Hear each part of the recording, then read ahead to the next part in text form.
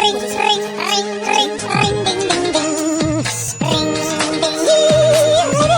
ding. Make sure to subscribe to Mama Arts for this video. So, let's get to it. Moonlight peered through my window as I jolted awake. My clamorous breaths disturbed the silence of my dark room. I had just come out of a frightful dream that had me thinking it was all too real.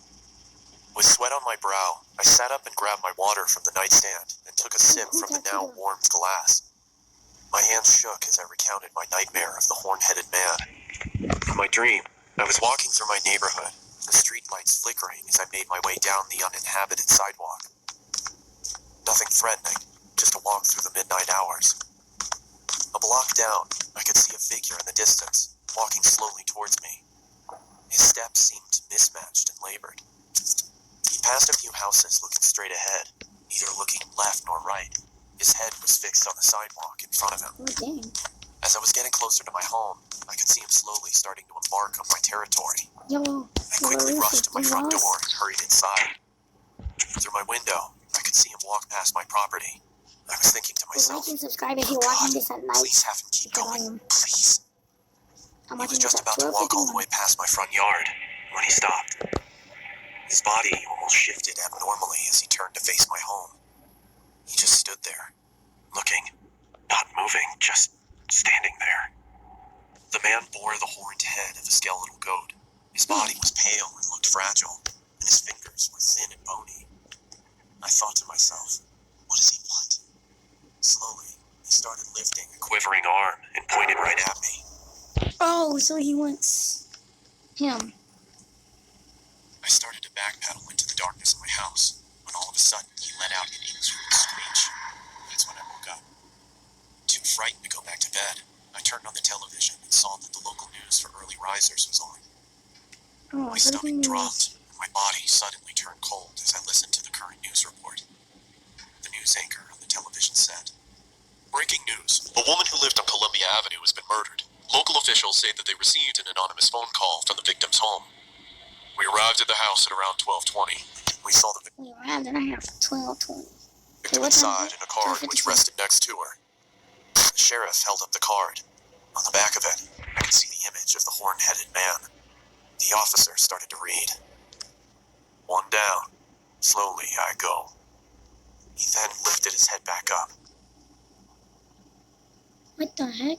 His blood started trickling from his eyes and mouth. I sat there shaking, and I couldn't breathe. Columbia is just 3 blocks away from me. I jumped out of my bed and ran to my window. Something within me made me want to look outside. That's when I saw him.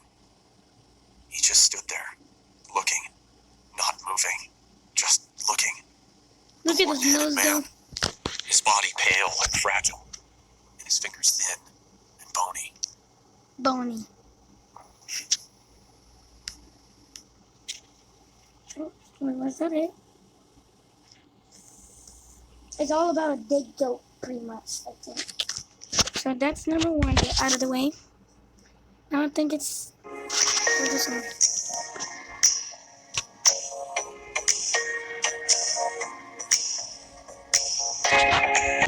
This video is sponsored by NordVPN. More details at the Not end. sponsored.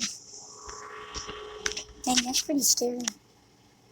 Looking for a new roommate is always a daunting task. Even though you interview Who's and that in take the the time to background? get to know that person, you don't truly find out who they are until Taxidermy work. I hope that's alright. I was obviously hesitant at first, What? as there was no mention of this happening in the first place, but Animals I'm planning on using in my taxidermy work. I hope that Taxidermy? Hold on, let me see what that is. Yeah, here, what it is. What?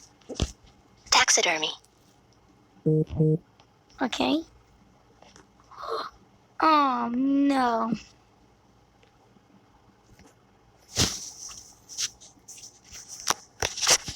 Hope that's alright.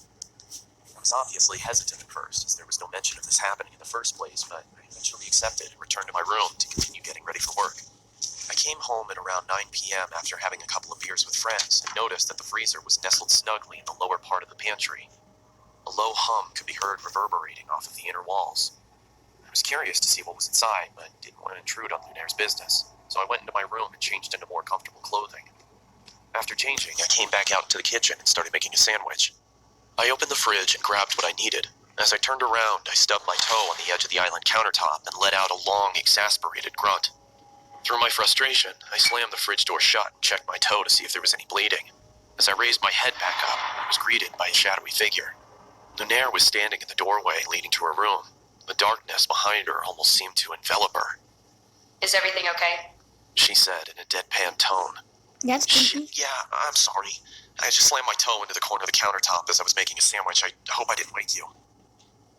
It's fine. She said in the same deflated tone as before. She then turned must have been around and really walked tired, back dude. into the darkness of her room. I could tell that she was pissed, so I quietly made my sandwich and retreated back to my room as well, only hearing the low hum from the freezer as I closed my door. I had the next day off, so I was able to sleep in a little longer than usual. When I finally emerged from my room, I walked into the kitchen to make breakfast. As I opened the refrigerator, I noticed that the light wasn't turning on and there was a lack of cold air escaping from inside. I turned around and flipped the light switch to confirm my suspicion. Sure enough, the power was out. Damn it, I muttered under my breath.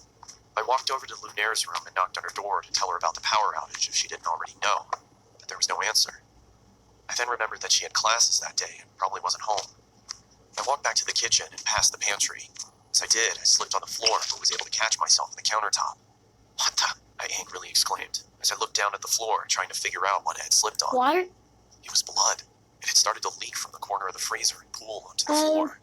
I quickly tried to open the freezer to find out the cause of the viscous liquid, but then I noticed that it had a padlock attached to it. That's just cranberry I don't juice. remember seeing that before. I ran out to my car and grabbed my toolbox from the back seat. It fell Did to you the nose skip it? and walked away gagging in response. I guess I should have realized that was going to happen, I muttered to myself in between gags. After gaining my composure, I grabbed some gloves from under the sink and started taking inventory. I could see a couple of dead birds in plastic bags wedged into the corners of the freezer.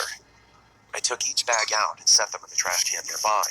That's when I noticed that the blood was coming from the corner of the larger black bag. I don't know why, but I decided to open the top of the bag and peer inside. I was greeted by large, milky white eyes. The spurts onto the floor. My breathing had ceased to exist, and I grabbed the trash can next to me and expelled my disgust into it. I then ran out the door, got into my car, and called the police. As I sat in the interrogation room with a blanket over my shoulders, I couldn't help but think about the face I'd seen. It looked so familiar. That's when it finally hit me. I pulled out my phone and looked at Lunaire's profile picture. It was her old roommate, the one she said was moving to California. When the detective entered the room, she started the questioning process, asking me if I started noticing any weird behavioral occurrences around the apartment. Yeah, I stubbed my toe the other day, and she creepily stood in the doorway. It seemed like she was pissed, but for some reason I had a strange feeling like she was concerned about something. That's when I connected the dots. She didn't come out into the kitchen because she heard me stub my toe.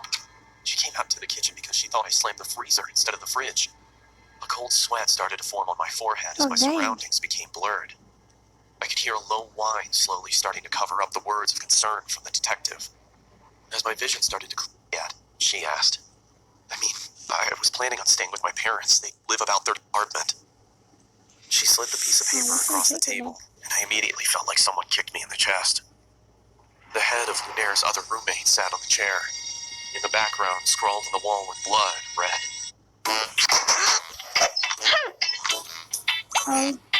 Okay. Does this ever happen to you? You find out about an awesome show, so you grab your snacks, click on the video, and then you need NordVPN. If you haven't heard of NordVPN, you must be pretty new on YouTube, and that's okay. NordVPN is a virtual private I network. watch it every with a- day. Oh yeah, and most likely, I'm not new. I'm just Yeah, I'm not new. I'm not new. One cook riper. I'm doing good, totally. Yeah, I'm actually doing good. For me, I'm doing good. One cook riper. One cook riper. So that's it for today's video. Make sure to subscribe and like. So bye.